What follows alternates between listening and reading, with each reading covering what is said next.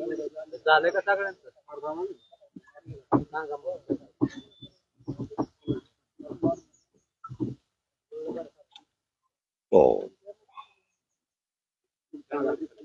Okay का?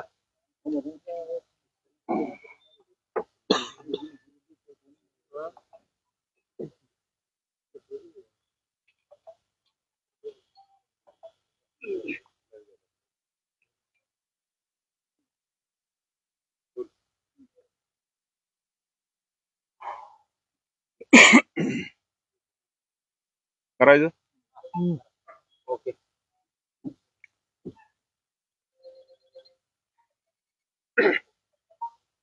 इंदापूर नगर परिषदेच्या सन 2025च्या निवडणुकीच्या निमित्ताने या इंदापूर शहरामध्ये कृष्णा भीमा आघाडी या आघाडीच्या वतीने आज आपली पत्रकार परिषद आयोजित केलेली आहे। या पत्रकार परिषदेसाठी या ठिकाणी उपस्थित असलेले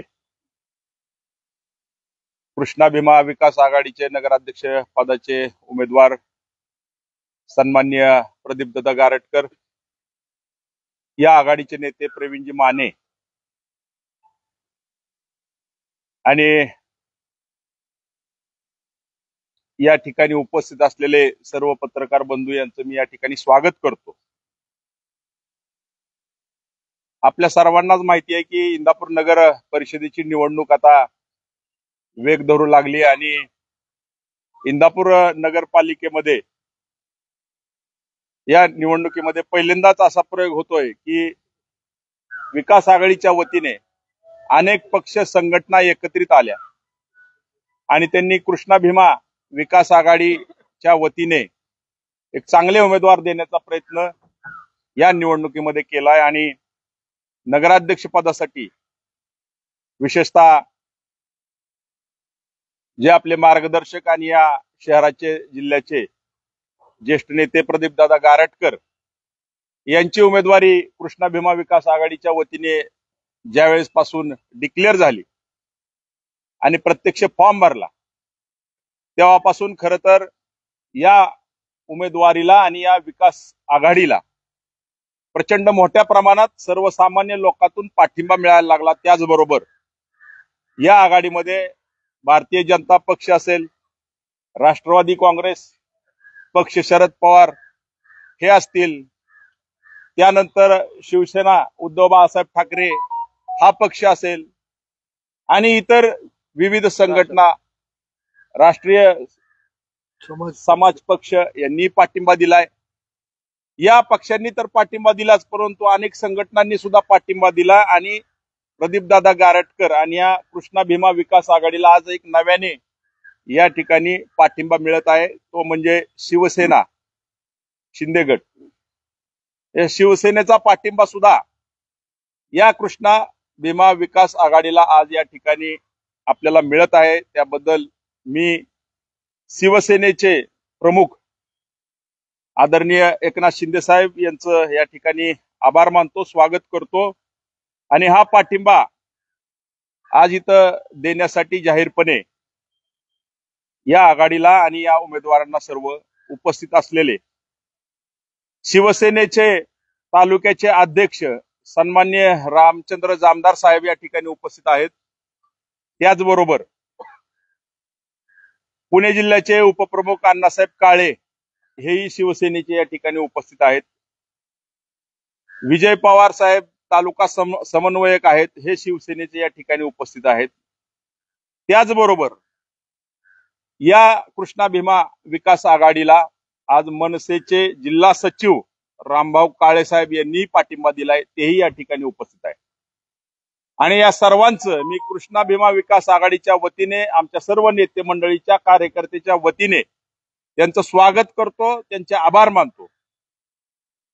खरं तर निवडणूक जसा जसा वेग धरायला लागली तसा उत्स्फूर्तपणे या कृष्णा भीमा विकास आघाडीला पाठिंबा मिळत आहे। आज आपली भूमिका या पक्षाची रामचंद्र जामदार जे तालुका अध्यक्ष आहेत ते निश्चितपणे मांडतील, त्यांचं मी स्वागत करतो आणि जास्त न वेळ घालवता मी त्यांना विनंती करतो की आपण आपलं मनोगत या ठिकाणी व्यक्त करावं.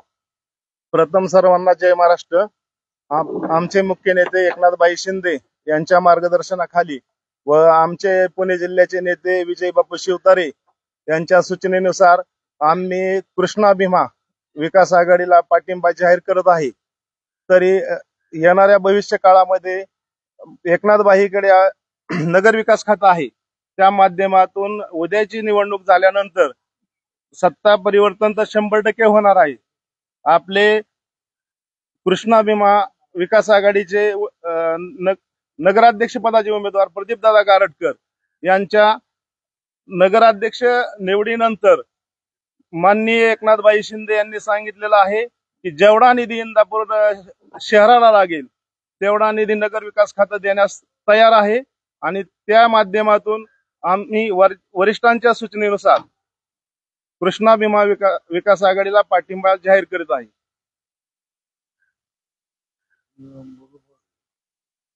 भैया बोल.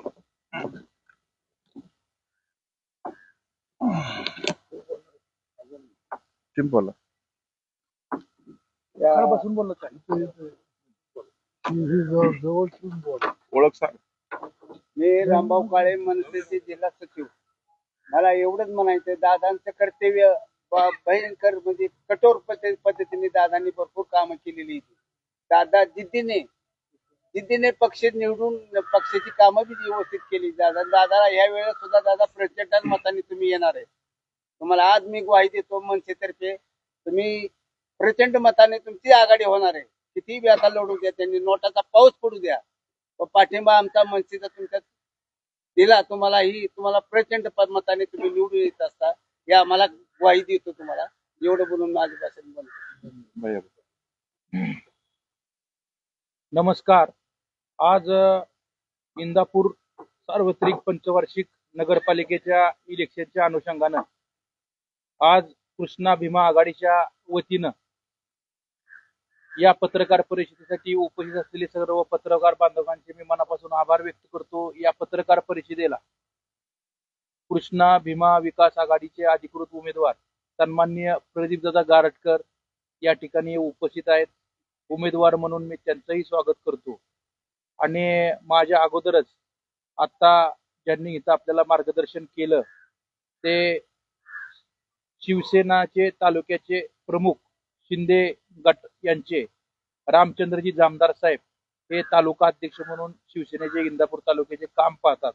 त्यांनी आपल्या कृष्णा भीमा विकास आघाडीला या ठिकाणी पाठिंबा व्यक्त केला. त्याबद्दल मी कृष्णा भीमा विकास आघाडीच्या वतीनं रामचंद्रजी जामदार साहेब व सर्व शिवसेना पक्षाचे एकनाथभाई शिंदे साहेब यांचं व संपूर्ण पक्षाचं मनापासून या ठिकाणी आभार व्यक्त करतो. त्याचबरोबर जे आता आपल्याला इथं उपस्थित आहेत ते अण्णासाहेबजी काळे पुणे जिल्हा उपप्रमुख, त्यांचंही मी स्वागत करतो. त्यांनी पाठिंबा व्यक्त केल्याबद्दल. विजयजी पवार साहेब हे तालुक्याचे समन्वयक म्हणून या ठिकाणी काम करतात, त्यांचंही मी मनापासून स्वागत करतो. रामभाऊजी काळे साहेब जे मनसेचे या ठिकाणी जिल्ह्याचे नेते आहेत, त्यांनीही पाठिंबा व्यक्त केल्याबद्दल मी त्यांचं मनापासून या ठिकाणी आभार व्यक्त करतो. इथं मयूरजी पाटील मार्केट कमिटीची माजी सभापती आहेत. त्याचबरोबर सर्व पदाधिकारी महोदय किरणजी गानबोटे असतील, राजाभाऊ जठार साहेब असतील व सर्व उपस्थित यांचं मी स्वागत करतो. माझ्या अगोदरच सगळ्या नेत्यांनी या ठिकाणी सांगितलं येणाऱ्या 2 तारखेला आपल्या या इंदापूर नगर परिषदेचे या ठिकाणी मतदान आहे आणि कृष्णा भीमा विकास आघाडीलाच का मतदान करायचं या संदर्भात आम्ही एक इंदापूर शहरामध्ये 10-12 दिवसापासून प्रभाग वाईज या ठिकाणी बैठका घेतल्या आणि नागरिकांना जाऊन एक आशीर्वाद मागण्यासाठी, त्यांचं दर्शन घेण्यासाठी, त्यांना विनंती करण्यासाठी या आघाडीचे नेते सन्माननीय या ठिकाणी हर्षवर्धन भाऊ पाटील असतील, प्रदीपदादा असतील, मी असेल, आम्ही प्रभाग वाईज आम्ही या ठिकाणी जातोय आणि प्रभाग 1 पासून प्रभाग 10 पर्यंत आम्ही या ठिकाणी गेल्यानंतर आम्हाला ज्या ज्या प्रभागामध्ये जाऊ त्या प्रभागामध्ये अतिशय चांगलं वातावरण आणि हजारोंची गर्दी आमच्या या सभेला, या कॉर्नर सभेला या ठिकाणी होत आहे. प्रदीपदादांबरोबर आमचे 20 उमेदवार या ठिकाणी नगरसेवकांसाठी सुद्धा उभा आहेत. त्यांना देखील प्रतिसाद अतिशय चांगला या ठिकाणी मिळत आहे आणि कृष्णा भीमा विकास आघाडीच्या वतीनं मी आजच सांगतो की नागरिकांच्या आशीर्वादानं 21-0 झाल्याशिवाय या ठिकाणी राहणार नाही. येणाऱ्या 2 तारखेला मोठ्या प्रमाणामध्ये हे नागरिक आशीर्वाद या ठिकाणी बांधवांनो देणार आहेत. त्याची कारणं जी आहेत ती वेगवेगळी आहेत. येणारा हे इलेक्शन धनशक्तीच्या विरोधात जनशक्ती असं हे येणारं 2 तारखेचं या ठिकाणी मतदान आहे. सगळ्या नागरिकांना माहिती आहे की विरोधक मोठ्या प्रमाणामध्ये धनाचा पाऊस या ठिकाणी पाडणार आहे आणि त्या पावसामध्ये सुद्धा कुठलेही नागरिक या ठिकाणी त्याची दखल न घेता एक जनशक्तीच्या विरोधात, कारण की प्रदीपदादांच्या नेतृत्वाखाली येणारे 20 उमेदवार जे आहेत हे सर्वसामान्य कुटुंबातले आहेत, अतिशय कर्तबगार आहेत. 21च्या 21 उमेदवार जनतेची प्रामाणिकपणे सेवा करणारे उमेदवार आहेत आणि सगळे बहुजनाचे उमेदवार आहेत. आणि त्यामुळे मला खात्री आहे की मोठ्या मताधिक्यानं आमची कृष्णा भीमा विकास आघाडी या ठिकाणी निवडून 100% येणार आहे. आणि आता बघा निसर्ग सुद्धा कसा आहे बघा, फक्त त्यांचा जो पक्ष आहे ती सोडून तालुक्यातल्या सगळ्या प्रमुख पक्षांनी या ठिकाणी कृष्णा भीमा विकास आघाडीला पाठिंबा दिलेला आहे. याचं लक्षण काय मला सांगा? कुठला पक्ष राहिला नाही. राज्य स्तरातले, केंद्र स्तरातले सगळे पक्ष या ठिकाणी कृष्णा भीमा विकास आघाडीला त्यांनी कार्यकर्त्यांच्या नेतृत्वाखाली या ठिकाणी पाठिंबा दिलेला आहे. आणि याचं कारण मूळ हेच आहे की इंदापूर शहरामध्ये जी काही विकास कामं झालेली नाहीत ना, यामुळेच त्यांनी पाठिंबा दिलाय. मी काल परवा 2 दिवस त्यांच्या या ठिकाणी सभा बघितल्या. त्या सभेमध्ये इंदापूर शहरामध्ये काय विकास कामं करायचं सोडून दमबाजी चालू आहे की दमदाटी करणं, भाषा करणं, कशी करणार नाही बघू, कसं काय करणार नाही बघू, ही तुम्हाला पत्रकार बांधवांना माहिती आहे. आणि ही दमदाटीची भाषा इंदापुरातली जनता कदापि खपवून घेणार नाही. त्याच्यामुळं मला 100% खात्री आहे. काल मी मुद्दाम मंत्र्यांचं सुद्धा काल भाषण ऐकलं. ते जाणीव म्हणत होते की मी नगरपालिकेची इमारत आम्ही बांधली, एवढे कोटी दिले, आम्ही कोर्टाची इमारत बांधली, एवढे कोटी दिले, आता काहीतरी कुठं MPSCच्या ह्यासाठी आम्ही एवढे कोटी मंजूर करणार आहे. अहो पण सरकार कोणाचं आहे? तुम्ही कोणत्या सरकारमध्ये? याचे मुख्यमंत्री कोण आहेत? आदरणीय देवेंद्रभाऊ फडणवीस साहेब हे राज्याचे मुख्यमंत्री आहेत. आलेला निधी हा सगळा त्यांच्याच आशीर्वादाने आलेला आहे. हे फक्त मोठ्या मनानं म्हणणं पाहिजे, एवढंच आमचं म्हणणं आहे. त्यांचं नाव तुम्ही घेत नाही, त्यांना या ठिकाणी दुय्यम लेखनाचं काम करता. या गोष्टीचा आम्ही जाहीरपणे आज निषेध करतो. आणि आजपर्यंत इंदापूर शहरात जो निधी आलेला आहे त्यात सिंहाचा वाटा आदरणीय देवेंद्रभाऊ फडणवीस साहेब यांचा आहे. आणि इथून पुढे सुद्धा ते मुख्यमंत्री असल्यानं शेवटी राज्याचा कारभार ते हाकतात. सगळं काम त्यांच्या हातामध्ये आहे. इथून पुढे भविष्यात सुद्धा जो काय कृष्णा भीमा विकास आघाडीला जी मताधिक्याचा कौल हा 100% त्यांच्या आशीर्वादाने आम्हाला या ठिकाणी जनतेच्या आशीर्वादाने मिळणार आहे. आणि आल्यावरती या ठिकाणी देवेंद्र भाऊंच्याच या ठिकाणी आशीर्वादाने आपल्याला कोट्यवधी रुपयाचा निधी या ठिकाणी येणार आहे.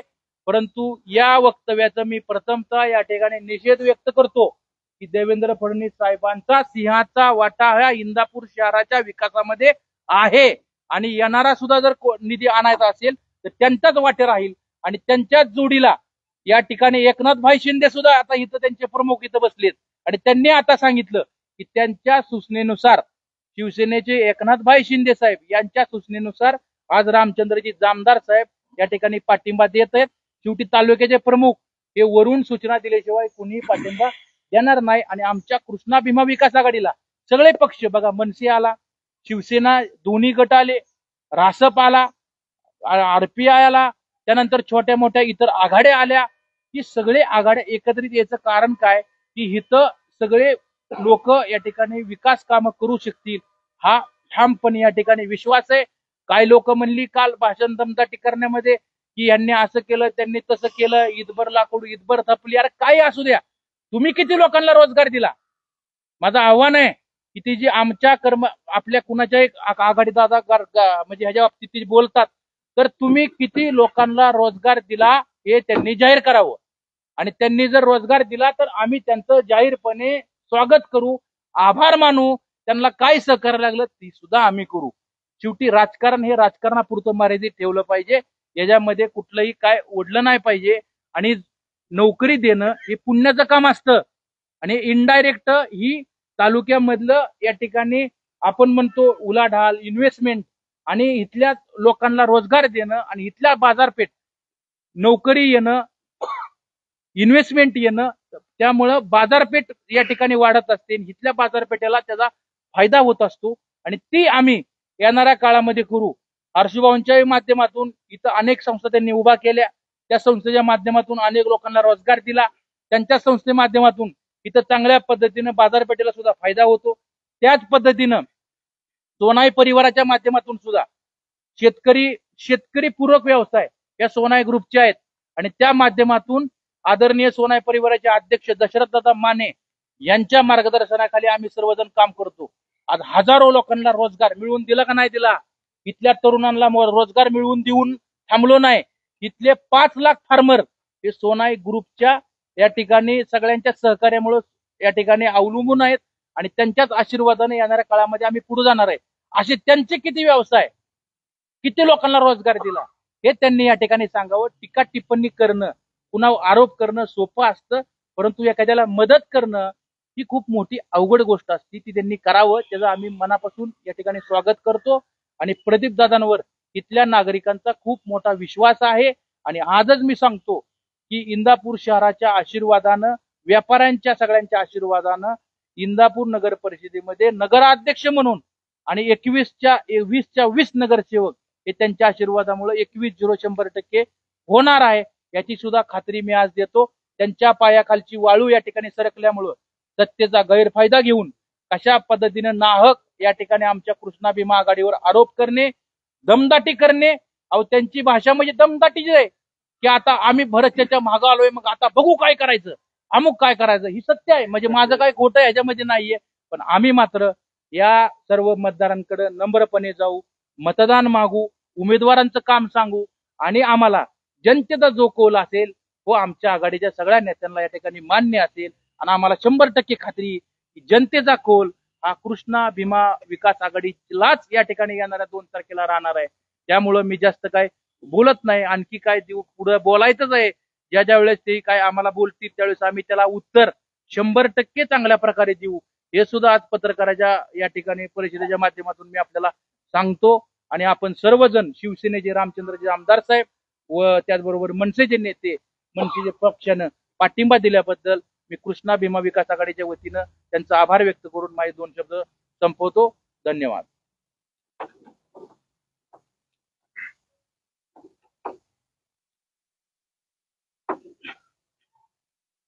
उपस्थित सर्व पत्रकार बंधूंनो, या ठिकाणी शिवसेना शिंदे गट तालुक्याचे अध्यक्ष रामचंद्रजी जामदार, त्याचबरोबर मनसेचे जिल्हा सचिव म्हणजे रामभाऊजी काळे, या दोघांनी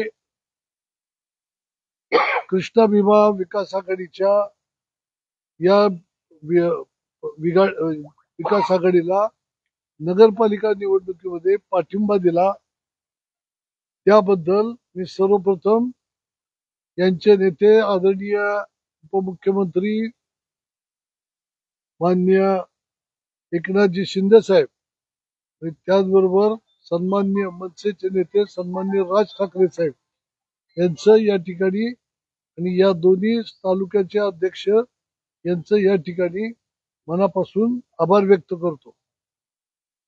या ठिकाणी आता आपल्या समोर या आघाडीचे नेते आणि भाजपचे नेते प्रवीण माने, त्याचबरोबर मयूर पाटील यांनी पण विचार मांडले. या ठिकाणी अंथरुणे गावचे माजी सरपंच, आमचे जुने सहकारी मित्र श्रीयुत नाना धापटे देखील उपस्थित आहेत. उपस्थित सर्व लोकांच्या या उपस्थितीमध्ये आजचा हा निर्णय त्यांनी या ठिकाणी कळवलेला आहे. मी माननीय जामदार साहेबांचा या ठिकाणी त्यांचे विशेष आभार मानेन. त्यांनी 2-3 दिवस वरिष्ठांशी चर्चा करून आजचा हा निर्णय या ठिकाणी घेतलेला आहे. रामभाऊ काळेंनी सुद्धा, हे सुद्धा खूप वर्षापासून मनसेच्या माध्यमातून या तालुक्यामध्ये परिचित आहेत आणि तब्येत बरी नसताना सुद्धा ते आज या ठिकाणी आलेले आहेत. तर या दोघांचे पुन्हा एकदा आभार या ठिकाणी व्यक्त करतो. आपण सर्व पत्रकार बंधूंनी विविध माध्यमातून आपल्या वृत्तवाहिन्यांच्या माध्यमातून या इंदापूर नगरपालिकेच्या विषयामध्ये जी आमची भूमिका ही अनेक ठिकाणी अनेक वेळा स्पष्ट केलेली आहे. तेच विषय मी आता या ठिकाणी बोलत नाही, परंतु आपण आमच्या पाठीशी या विषयामध्ये जे काही आपल्या माध्यमातून जे काही आमच्या पाठीशी उभं राहिल्यासारखीच आपली ही भूमिका आहे. यामुळं मी आपले देखील मनापासून या ठिकाणी आभार व्यक्त करतो. या निवडणुकीकडे संपूर्ण महाराष्ट्राचं लक्ष लागलेलं आहे. राज्यभरातल्या अनेक महत्वाचे चॅनल मुंबईपासून इथपर्यंत येऊन मुलाखती घेऊन जात आहेत. मान्य प्रवीण भैयांची मुलाखत घेत आहेत, माझी घेत आहेत, हर्षवर्धन पाटील साहेबांची घेत आहेत. एक नव्याने अशी एक आघाडी या ठिकाणी जी तयार झालेली आहे ती संपूर्ण राज्याला एक वेगळी दिशा दाखवणारी आहे. ही आघाडी तयार होत असताना आघाड्या अशा अनेक निवडणुकात अनेक ठिकाणी होतात. यामध्ये काही फार विशेष आहे अशातला भाग नाही.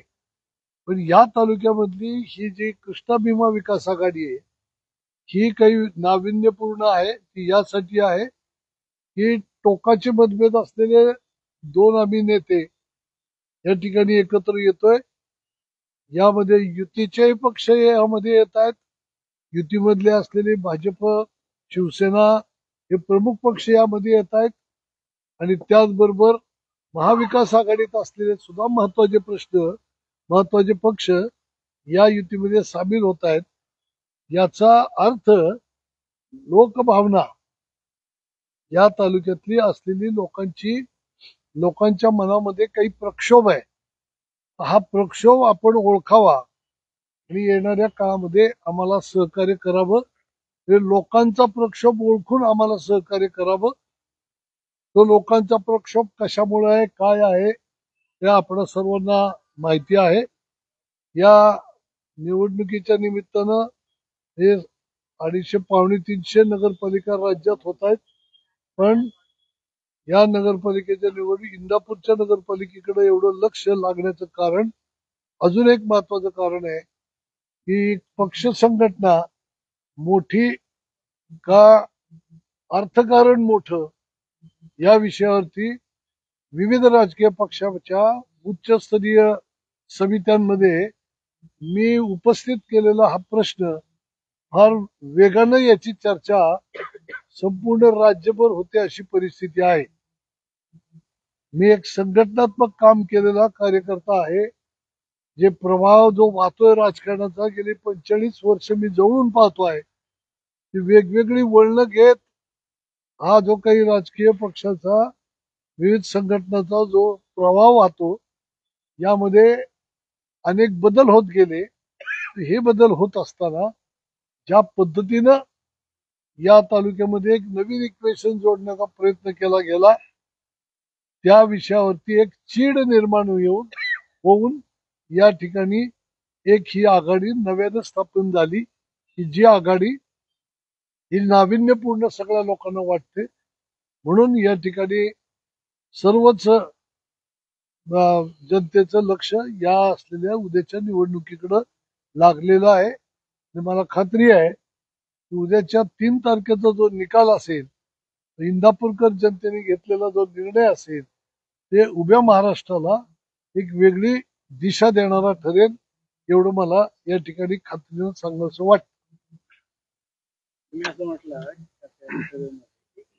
इंदापूर तालुक्यात संपवण्याचा प्रोग्राम आखला आहे. तुम्हाला जाणीवपूर्वक बाहेर काढण्याचं प्रयत्न नेमका तुमचा आरोप कोणावर? पक्षश्रेष्ठी? मी जो काही मुद्दा उपस्थित केला त्यामध्ये मागचा सगळा इतिहास त्यामध्ये सामावतो. हे फक्त नगरपालिका निवडणुकीच्या अनुषंगाने घडलेल्या घडामोडी एवढ्याच त्याला कारणीभूत असं नाही, तर हे एक निमित्त आहे. पण या आधीचा जो सगळा प्रवास या तालुक्यातला जर पाहिला तर तो आपल्याला असा पाहायला मिळतो की कोणत्याही निवडणुकीतून कारखान्याच्या निवडणुका आल्या, झेडपी तुमच्या मार्केट कमिटीच्या निवडणुका आल्या, बँकांच्या निवडणुका आल्या, यातून कार्यकर्ता घडत असतो. मी जे संघटन बांधलं, शून्यातनं निर्माण केलं, त्याचं खरं गमक काय आहे? मी सगळ्या पद्धतीच्या निवडणुका लढवत होतो आणि त्याच्यातून माझं संघटन मी वाढवत होतो. मी इथंही तेच सांगत होतो की संघटना बळकट करायची असेल तर आपण या ठिकाणी विविध निवडणुका लढवल्या पाहिजे. पण इथल्या नेतृत्वाचे एक गोष्ट अशी त्यांची पक्की डोक्यात होती की निवडणुका लढल्या, संघर्ष झाला, कारखान्यावरती कोणी चेअरमन झाला तर आम्हाला कॉम्पिटिशन मध्ये एखादा नेता तयार होईल, त्यामुळे निवडणूकच नको, ते बिनविरोध करा, त्या विरोधकांना देऊन टाका. या पद्धतीची नव्याने एक कार्यपद्धती या तालुक्यामध्ये ही अनेक वर्षापासून चालत आली. त्या कारणानं या तालुक्यात पक्षवाढीसाठी ज्या काही गोष्टी करणं गरजेचं होतं त्या आम्हाला करता आल्या नाही. सातत्याने याचा अडथळा आम्हाला येत होता, तरी नेत्यांच्या सूचनेनुसार पक्ष चालवायचा असतो म्हणून आम्ही ते निमूटपणे सहन केलं.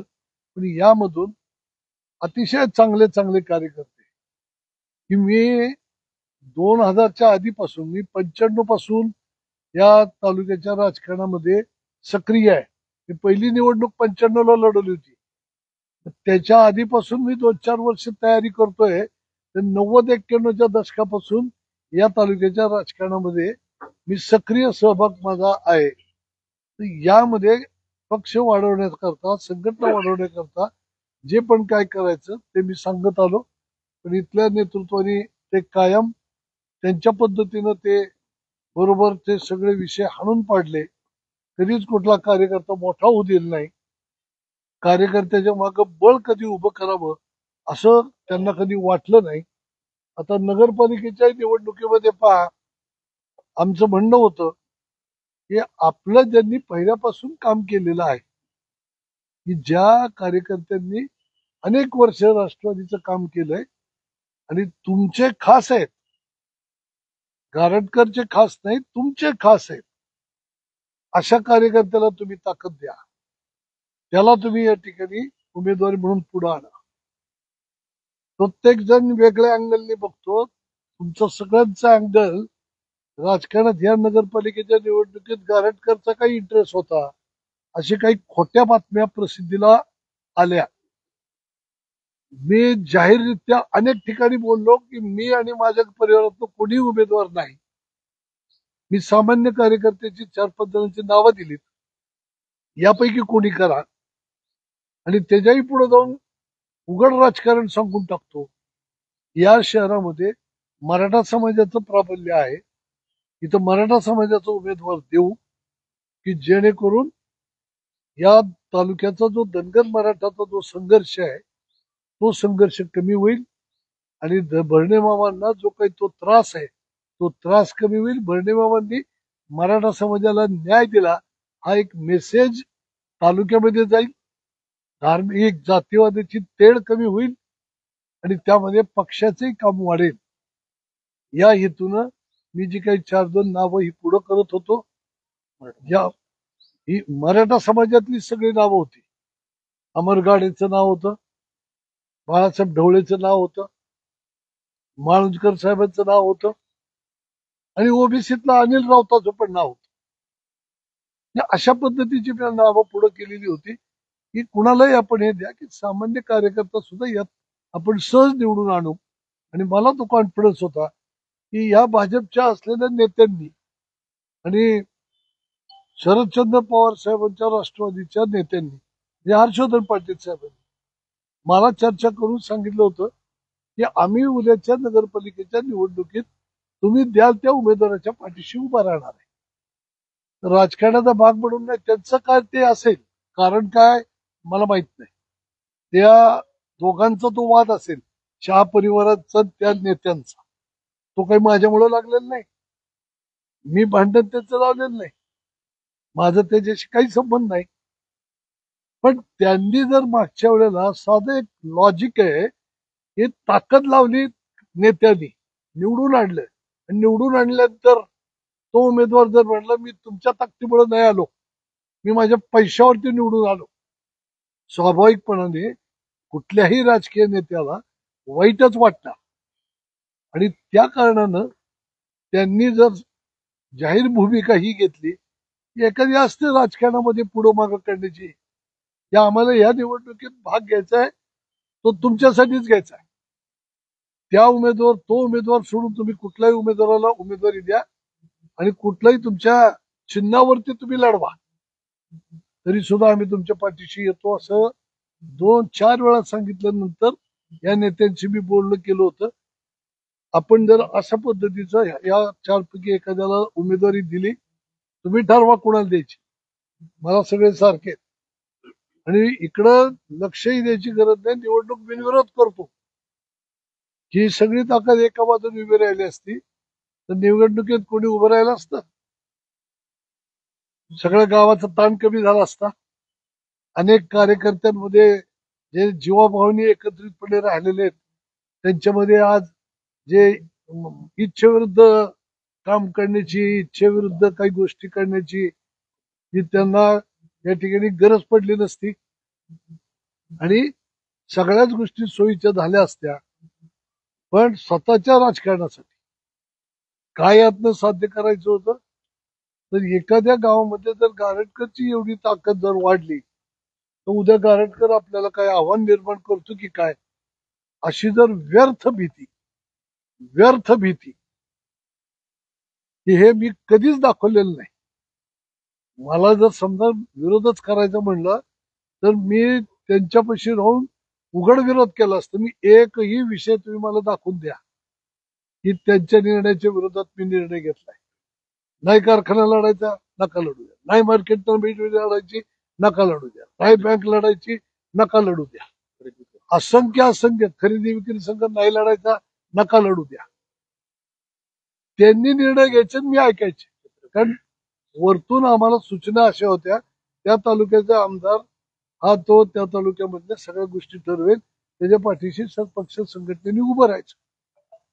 निर्णय उभं राहायचं बरोबर आहे, पण जर तो आमदार सातत्याने जर चुकीचे निर्णय घेत असेल आणि यामध्ये पक्ष संघटना जर यामध्ये अडचणीत येत असेल तर याला कुठंतरी आवाज उठवल्याशिवाय उपयोग नाही. आणि मी संघर्षातला कार्यकर्ता आहे, हे सगळ्यांना माहिती आहे. अन्यायाविरोधात लढा देऊन मी अनेक लोकांना न्याय मिळवून दिलेला कार्यकर्ता आहे. आज माझ्यावरतीच अन्याय होतोय अशी माझी भावना नव्हे, आमच्या सर्व कार्यकर्त्यांची भावना झाली. आणि जरी विरोधी पक्ष असले सगळे, तर त्यांनी सुद्धा मला जवळून पाहिलेलं आहे. माझी कार्याची पद्धत ही सगळ्यांनी जवळून पाहिलेली आहे. आणि माझ्या विरोधकांना सुद्धा, ज्यांचं राजकारण माझ्यामुळे संपलंय, त्यांना सुद्धा माझ्यावरती हा झालेला अन्याय हा योग्य वाटत नाही. म्हणून आज हे सारे राजकीय पक्ष, आज आम्ही एकमेकांच्या विरोधात किती बोललोय, किती लढलोय, तुम्ही सगळे साक्षीदार आहात. तर आज इथं मारुदुर पाटील आहेत. लोकसभेची निवडणूक कशी झाली, विधानसभेला आम्ही काय केलं, त्यांनी काय केलं, आपल्याला सगळ्याला माहिती आहे. पण राजकारणातली ही एक प्रवृत्ती आहे की इथं कुठल्याही पद्धतीची दहशत इंदापुरात आम्ही चालू देणार नाही. दहशत ही एक मसल पॉवरची असू शकते, नाही तर दहशत ही पैसेवाल्याची असू शकते. आमचा नेता म्हणजे साक्षात सरकार आहे. सरकार. आणि या सरकारला, नेत्याला पैसेवाल्याची दहशत वाटते. पैसेवाला आहे, निवडून येणं अवघड आहे. सरकारला दहशत वाटायला लागली पैसेवाल्याची, तर त्यांना वाटू जाणं. पण कार्यकर्त्याला ती दहशत वाटत नाही. त्या पैसेवाल्याची दहशत सुद्धा उद्याच्या 3 तारखेला मोडून काढल्याशिवाय आम्ही राहणार नाही. दादा, कालच भाषणात ते म्हणाले की आम्ही भाषण बाहेर चारू किंवा चंपूगिरी करून करत नाही किंवा दुसरं त्याला जोडून करत नाही. आम्ही इमारत पाडणारे इमारत बांधणार. इमारत बांधणं याच्यामध्ये जी काही गोष्ट ते बोलतायत, टपऱ्यांचं शहर म्हणायचे इंदापूरला, कल्पना नाही तुम्हाला. 90च्या दशकातली गोष्ट आहे. एक कापडी असली ते पोताडी बिताडी लावून सगळं शहर आपलं ह्या टोकापासून त्या टोकापर्यंत दिसायचं. टपऱ्याचं इंदापूर म्हणायचे. नगराध्यक्ष झालो. पहिले 2-4 महिन्यात लोकांना बोलून घेतलं, जागा बाजूला करा, मी पक्के गाळे बांधतो. नगरपालिकेत पैसा नव्हता. 50 लाखाचा टिवाडी त्या 92 सालामध्ये या जनता सहकारी बँकेने माझ्या शब्दावर दिला, पूर्ण बेकायदेशीररित्या, पूर्ण बेकायदेशीर. कलेक्टर साहेब शिवाजीराव देशमुख होते. हे पोरग 3-4 वर्ष काम करणारे, मी इथं 3 वर्ष, काळजी करू नका, द्या पैसे. आणि शब्दावरती, कुठल्याही कागदावरती पैसा दिलेला नाही, शब्दावरती 50 लाखाचा त्या काळातला टीओडी घेतला. वर्षभरात बांधकामं पूर्ण केली. माझ्या वडिलांचं नाव नाही दिलं, राष्ट्रपुरुषांचं नाव दिलं. कळलं? त्यामुळे इमारती बांधणं, इमारती करणं या विषयावरती कोणी बोलू नये. का आम्ही गोरगरिबाचे प्रपंच उभी केलेले कार्यकर्ते. 2-5 हजार, 500, 200 असे रुपये गोळा केले आणि 2 वर्षात जनता बँकेचे पैसे परत केले. लक्षात घ्या. त्याला एक असा अंतःकरणात कळवळा असावा लागतो. हा, तो कळवळा आमच्यामध्ये आहे आणि करून दाखवण्याची जिद्द आहे. असे असंख्य गोष्टी केलेल्या आहेत. आपल्यापैकी अनेक जण सगळे तरुण आहात. त्या काळातला आपल्याला कोणाला आमचा इतिहास माहिती नाही आणि तुम्ही माहिती पण करून घेतलेली नाही, म्हणून ते सांगतात ते तुम्हाला खरं वाटत असेल. पण जरा थोड्याशा वयस्कर लोकांना आम्ही काय काय केलं ते विचारून घ्या. कृपा करून या अशा गोष्टीला कुठेही तुम्ही प्राधान्य देत बसू नका, अशी मी आपल्याला विनंती करतो. क्रिएटिव्ह कन्स्ट्रक्टिव्ह कामं काय असतात? रोटरी क्लब मी इथं चालू केलाय, आज 16 वर्ष इथं चालवतोय. किती चांगले चांगले प्रोजेक्ट केलेत, साक्षीदार आहोत आपण. त्यांनाही अध्यक्ष मीच केलं, रोटरीमध्ये त्यांना मीच घेतलं. नीट लक्षात घ्या. आज रचनात्मक कामामध्ये 87 झाली मी आरोग्याचं काम घेतलंय. जेव्हा टोचून घ्यायला लोक घाबरायची ना, त्यावेळेला एकाच दिवशी एकाच ठिकाणी 5555 बाटल्यांचं रक्तदान करून जागतिक विक्रम करणारे आम्ही कार्यकर्ते आहोत. आमच्या नादाला कुणी लागत नाही. कळलं? पहिल्यांदा पॉलिथिन बॅग मध्ये, पिशवीत मध्ये पहिल्यांदा ब्लड आम्ही ज्यावेळेस कलेक्ट केलं, एकाच वेळेला एवढं मोठ्या प्रमाणावरती.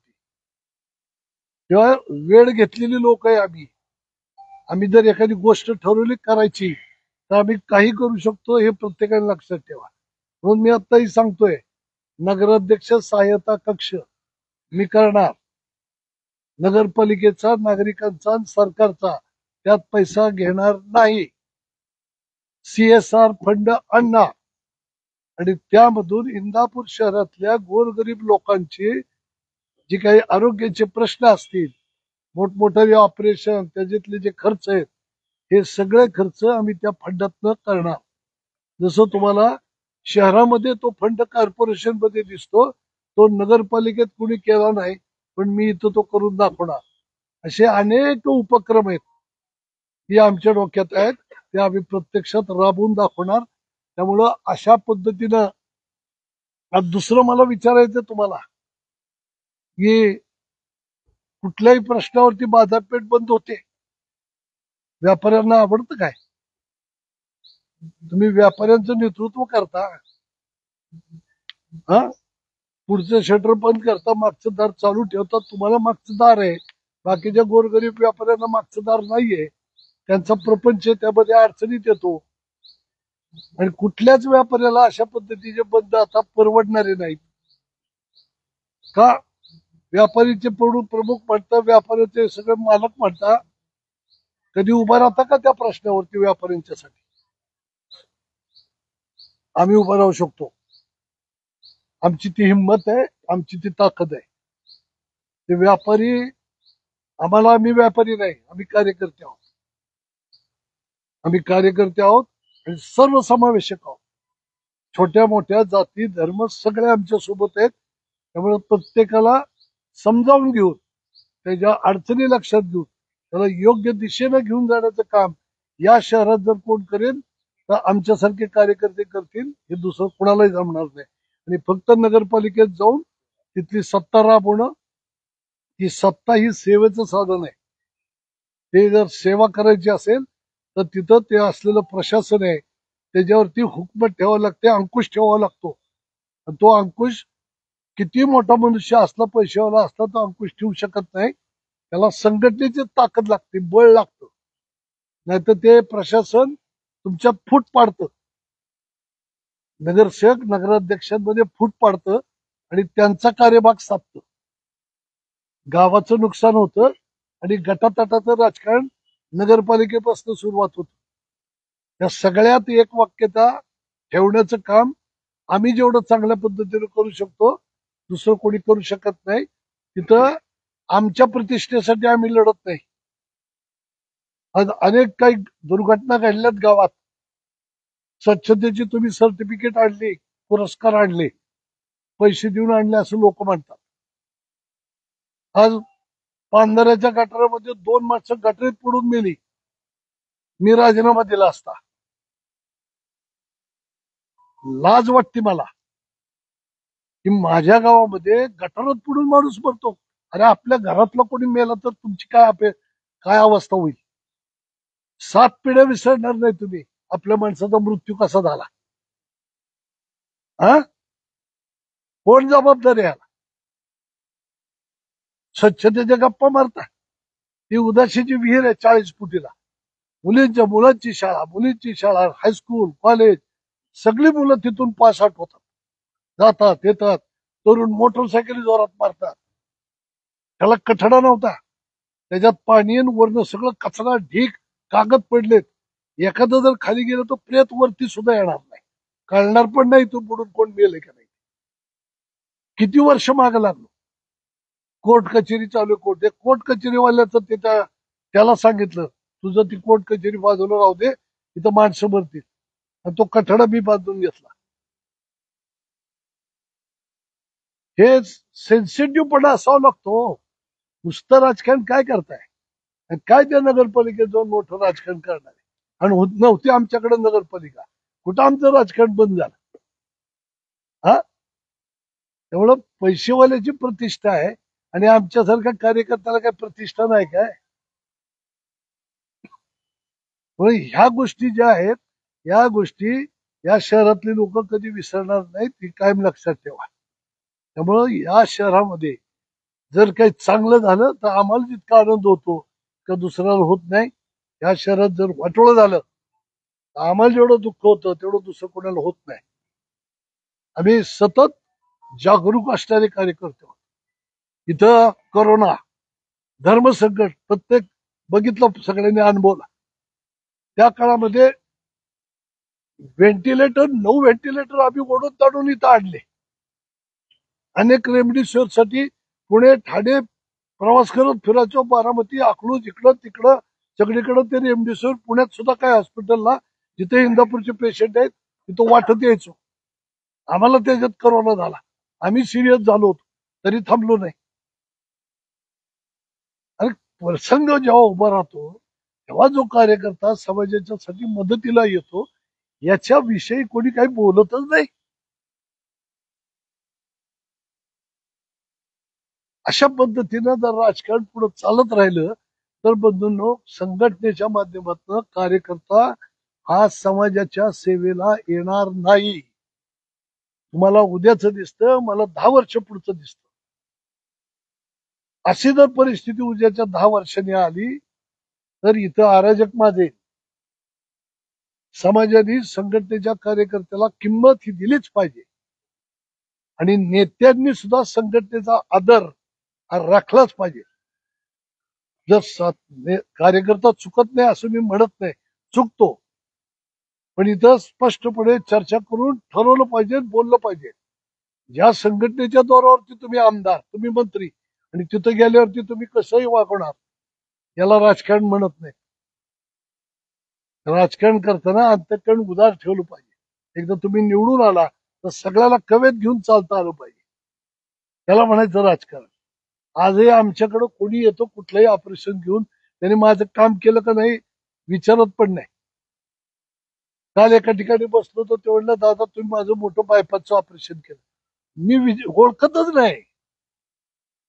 झालं केलं विसरून गेलं. माणसाला गरज होती, माणूस आला, काम झालं, विषय संपला. इतकं सरळपणे राजकारण करणाऱ्या माणसाचा विचार जर शहरातले नागरिक करणार नसतील तर शहराचं उद्या दुर्दैव ठरल. आमचं काही राजकारण संपत नाही, नीट लक्षात घ्या. आमचं राजकारण काही संपत नाही, आमचं राजकारण चालूच राहणार आहे. पण शहराच्या मध्ये जे काही विकासाचं काम करण्यासाठी किंवा शहर एक सगळ्या दृष्टीनं धार्मिक सामाजिक ऐक्य राखून ठेवण्यासाठी ज्या पद्धतीनं काम करायला पाहिजे ते काम आम्ही इथं करून दाखवलंय, करणार आहोत, पुढं करत राहू. त्या दृष्टीनं आमचा हा सगळा प्रयास आहे, कष्ट आहेत. त्यामुळे या सगळ्या पुढं मला माझा पक्ष, मला माझं नेतृत्व, त्यांनी घेतलेले ते निर्णय ते मला मान्य झाले नाहीत. म्हणून मी पक्षाचा आणि जिल्हाध्यक्षपदाचा राजीनामा देऊन मी सहजासहजी बाहेर पडलो. मला काही त्याच्यामध्ये हे वाटत नाही. तुम्ही विचार करा, 20 वर्ष माझे तिथं तपश्चर्या आहे आणि मला ते बाहेर पडताना म्हणतायत की झाली निवडणूक की महामंडळ देतोय, कॅबिनेट दर्जाचं महामंडळ देतोय. हात जोडलं, नको म्हटलं मला. जिथं आम्हाला स्वाभिमान नाही, संघटनेला किंमत नाही, तर काय करायचं त्या पदाला, लक्षात घ्या. आणि ह्यांचंही काय, मी बाकी या सगळ्या पक्षांचं यांच्यासाठी मी काहीच केलेलं नाही, त्यांनी माझ्यासाठी काही केलेलं नाही. मी या आघाडीमध्ये याला पाहिजेच होतं असाही काही नियम नव्हता. पण मला तो पटला नाही निर्णय, मी बाहेर पडतो म्हटलं तर या सगळ्यांनी येऊन आज सपोर्ट केलेला आहे, पाठबळ दिलेलं आहे. मग ते कुठल्या कारणाने दिलं तो त्यांचा विषय आहे. माझा विषय हा माझ्या पुरता मर्यादित आहे. मी या तालुक्याच्या, या शहराचा, एक शहर माझं आहे, जन्म माझा इथला आहे. त्यामुळं मी माझ्या शहराच्या दृष्टीनं विचार करून हा निर्णय घेतलेला आहे. मला ते राजकारण पुढं आम्ही करत राहू, पण जिथं नेटिव्ह प्लेस, या शहराने मला मोठं केलंय हो. या शहराने मला ताकद दिलेली आहे. हे जिल्हा स्तरावरती नेतृत्व, या शहराने असे असंख्य कुटुंब आहेत, या कुटुंबाने हे नेतृत्व मोठं केलं. आज मी त्यांचं देणं लागतो, इतरांचं नाही. त्या दृष्टीनं मी हा निर्णय घेतलेला आहे. 2 दिवसापूर्वी 10% पुन्हा फ्लॅट घेतला, काय कुणी 10% फ्लॅट घेतला? मला त्या काळामध्ये जेव्हा माझं इथल्या नगरपालिकेच्या विषयावरती वाद होत होता, त्यावेळेला मनोहर जोशी मुख्यमंत्री होते आणि मनोहर जोशी मुख्यमंत्र्याशी माझा वाद हा मी तिथं मंत्रालयामध्ये पोर्श मध्ये एका मुख्यमंत्र्याशी लहान पोरासारखा पाडलो गावासाठी. तो चीफ ऑफिसर या ठिकाणी आमची कामं होत येत नव्हतं, सगळे अडथळे आणत होता, त्याची बदली करा एवढा विषय होता आणि ते ऐकत नव्हते. त्याच्यावर आमचा वाद होता. तर ते आम्हाला सतत खेळवत होते रागाच्या भरात. ते त्या पोर्च मध्ये त्यांच्या गाडीत ते बसत असताना मी त्यांना म्हणलं, मी आजपर्यंत अनेक मुख्यमंत्री बघितले, पण तुमच्यासारखा नाबर मुख्यमंत्री बघितला नाही. ते उसळून आले बाहेर माझ्या अंगावर. कुणाला बोलतोय तुम्ही? त्याच पद्धतीनं तुम्हाला बोलतोय.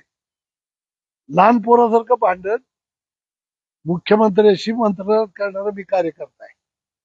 हा, मी विचार केला नाही. त्यानंतर त्यांची आम्हाला दोघे भाजपचे सेनेच्या लोकांनी मला त्यावेळेला बोलून घेऊन सांगितलं की काय करतोय, कशासाठी वाद घालतोय, काय पाहिजे तुला, मुंबईत तुला फ्लॅट देतो, पुण्यात तुला 10% फ्लॅट देतो, मुख्यमंत्री कोट्याचा टक्का आहे, मुख्यमंत्र्याच्या कोट्यात तो तुम्हाला काय पाहिजे ते करतो, कशाला तू वाईटपणा घेतोय, शांत राहा. हे सांगायचा मुद्दा असा आहे की जर कमवायचे असताना पैसे आम्ही कमवले असते, पण समाज आणि गाव हे आपलं जे घर आहे याचा स्वाभिमान राखण्याच्या दृष्टीनं आम्ही कुठल्याही गोष्टीची कधी तडजोड केली नाही, प्रामाणिकपणाने राहिलो. आणि हे वस्तुस्थिती कोणाला जाऊन विचारा, हे काय रचलेलं कुंभाट नाही, हे अनेक लोकांना माहिती आहे. संपूर्ण तालुक्याच्या आणि पुणे जिल्ह्याच्या मनातला एक प्रश्न आहे की गेली 30-35 वर्ष आपण जे आघाडीमध्ये सहभागी तिघे नेता आहात, वेगवेगळ्या वैचारिक धारेने काम करत होता. प्रत्येकाची एक वैचारिक धारा वेगळी होती, विचाराची बैठक वेगळी होती. या आघाडीतले तिन्ही प्रमुख नेते एकत्र आणायचे म्हणलं तर 4-5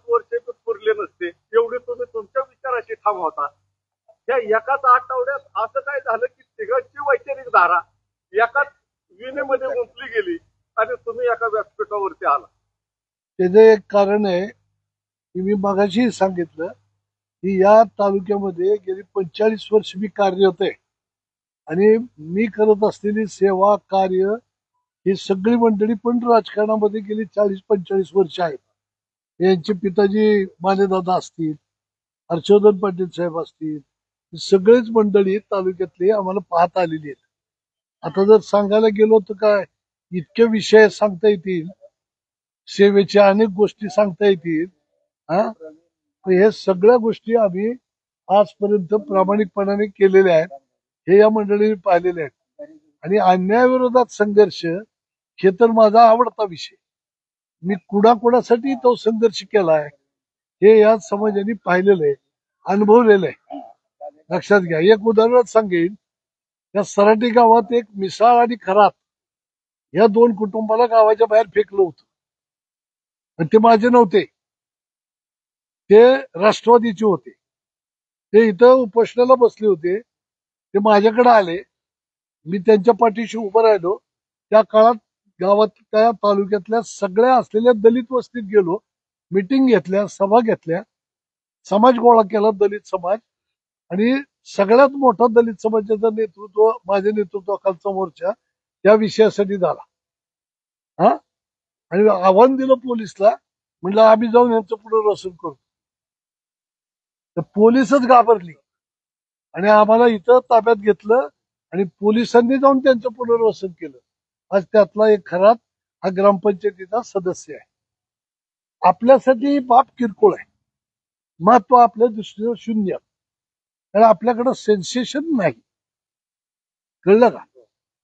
पण आता ते सगळे कार्यकर्ते उभा करताना झटताना महिना 15 दिवस घरदार सोडून पैसा खर्च करून रक्त ओतून काम करायचं, काय त्या दोन कुटुंबांनी मला दिलंय? पण तो अन्याय, त्या अन्यायाविरोधात लढायचं. हे असे असंख्य मुद्दे, म्हणजे एक व्यक्तीवरती सांगितलं तसं शेती, शेतकरी, कर्मचारी, कामगार, शेती महामंडळ, त्या शेती महामंडळाच्या एमडीला हे पळून लावला होता मी. माझ्या आक्रमकतेचे अनेक किस्से आहेत. त्या भिगवणच्या ग्रामपंचायतीत विचित्र अन्याय करत होता तहसीलदार. डोक्यावरती केस घेतली, मी तहसीलदार उचलला होता. मी त्याच्यात कुठला पुढं मागं बघितलेलं नाही, म्हणून तुम्ही माझ्या आक्रमकतेबद्दल बोलत असाल. लक्षात. पण मला या सगळ्या गोष्टी करत असताना अन्यायाविरोधात चीड हा माझा पहिल्यापासूनची गोष्ट आहे आणि या सगळ्या मंडळींनी पाहिलेलं आहे, अनुभवलेलं आहे.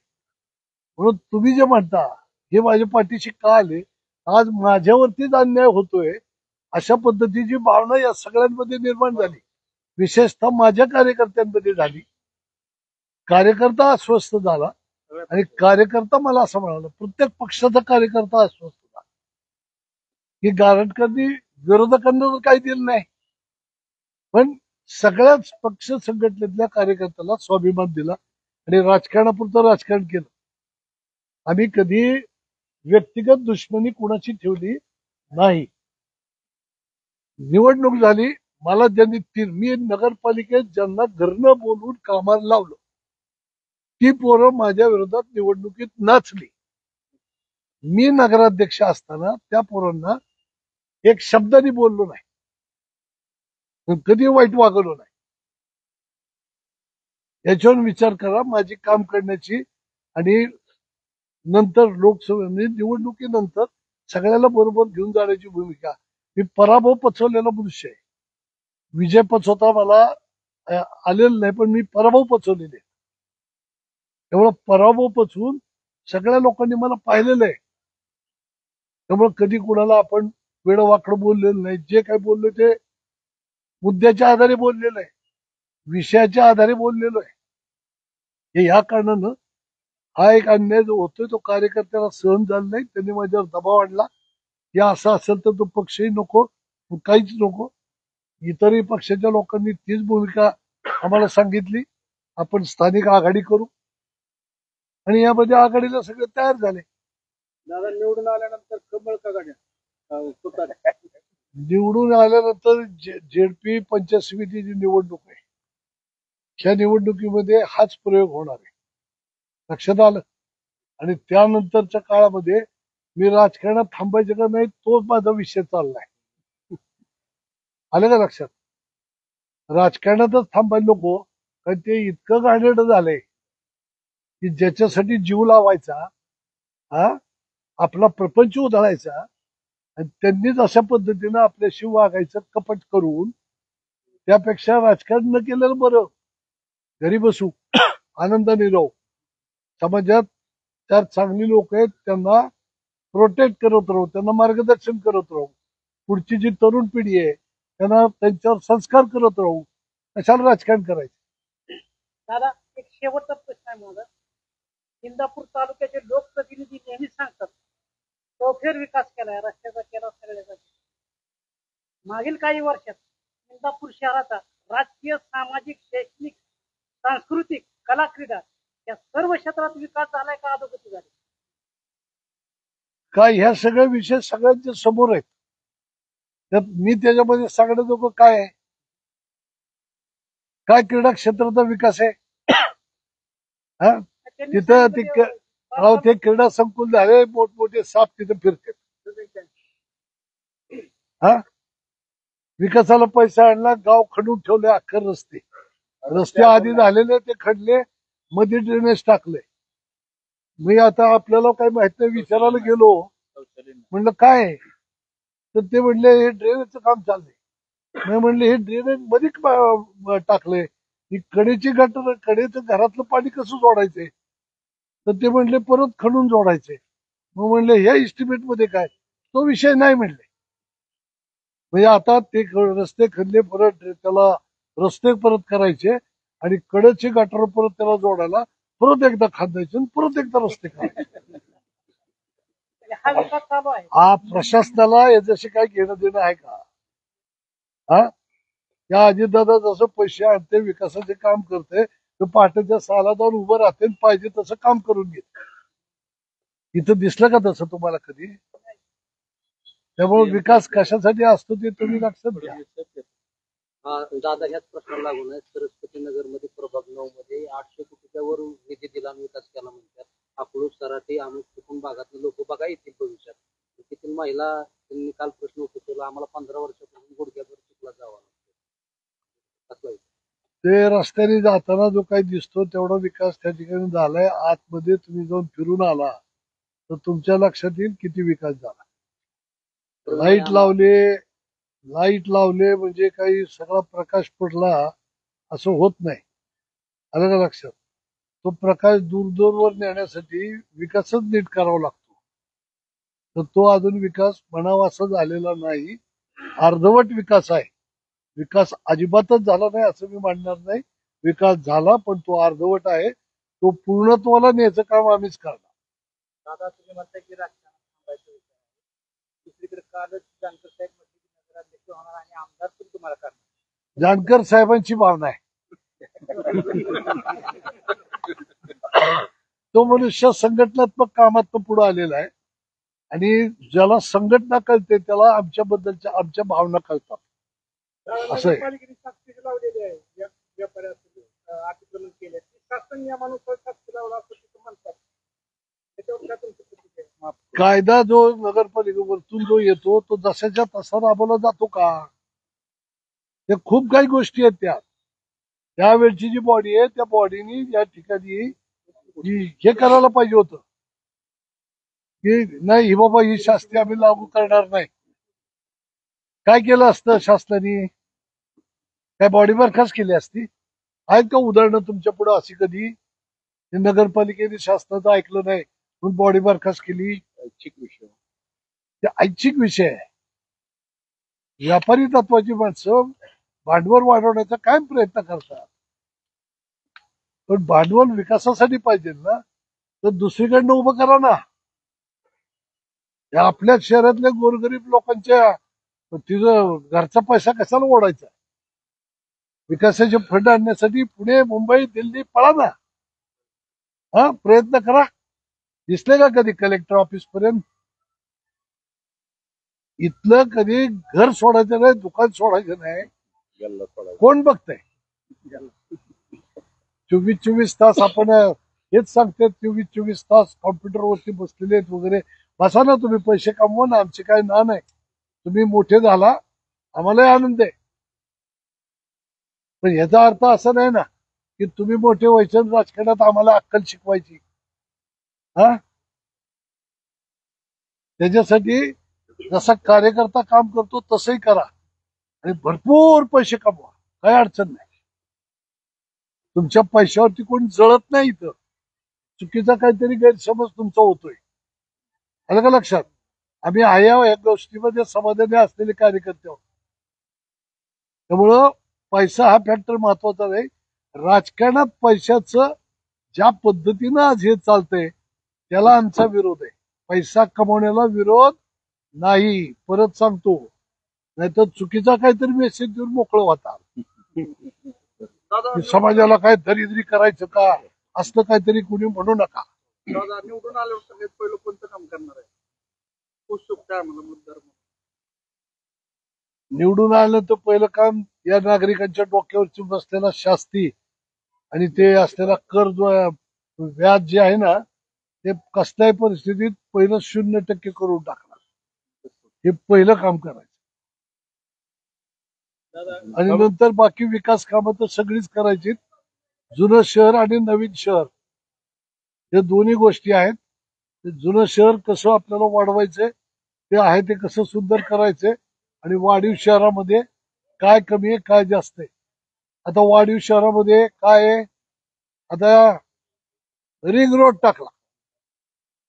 तुम्हाला जर उत्सुकता असेल तर सांगतो, रिंग रोड पाहिजे का नाही हो? जर इथं ट्रॅफिक जाम होते, आपल्या हायवेला सुद्धा आता जाम झाले. या उसाचे ट्रॅक्टर येत आहेत, ट्रक येत आहेत. इथं ऍक्सिडेंट झाली, माणसं पोरं मिली का नाही? हा, मग ती वाहतूक बाहेरच्या बाहेर जायला पाहिजे की नाही? मग आता हे बायपास जर काढला, या इथल्या ह्याच्यापासून हा बायपास सोलापूर रोड पर्यंत न्यायचा. कुठं कट झालाय बघा बरं, जरा शोधा कुणीतरी. ज्याला मंजुरी झाली होती, ज्याला रिझर्वेशन त्यावरती पडलं होतं बायपासचं, तो बायपास कट झाला. कुठं झाला? बाकीकडे राहिला. आणि तुमच्या शेतातनं जाताना इकडे बी कट झाला, तिकडे बी कट झाला. मग कसा द्यायचा बायपास? का? म्हणजे एवढ्यासाठी तुम्हाला नगराध्यक्ष पदावर बसवलं होतं काय? आणि या उलट मी नगराध्यक्ष होतो, ते एमएससीबीचं तिथं टावर चालले होते. दुनिया येऊन मला सांगत होती, अहो तुमच्या शेतात ते टावरचं काम चाललंय बघा बरं का. आमच्या डोक्यात गाव पडलं, गावाची डेव्हलपमेंट. आणि माझ्या शेतात टावर अशी उभे केले, तिरकी लाईन टाकली, अख्ख्या 4 एकर प्लॉटचं वाटोळं झाले. हे आम्ही असे इकडं कार्य करतो. कसा हिशोब लावता तुम्ही सांगा? दादा प्रतिस्पर्धी उमेदवार तुमचे म्हणतायत की घनकचऱ्यामध्ये 22 कोटीचं बक्षीस मिळवलेली देशातली पहिली नगरपालिका आहे. तुमची प्रतिक्रिया काय? गटारात माणसं मेली ना, हीच माझी प्रतिक्रिया.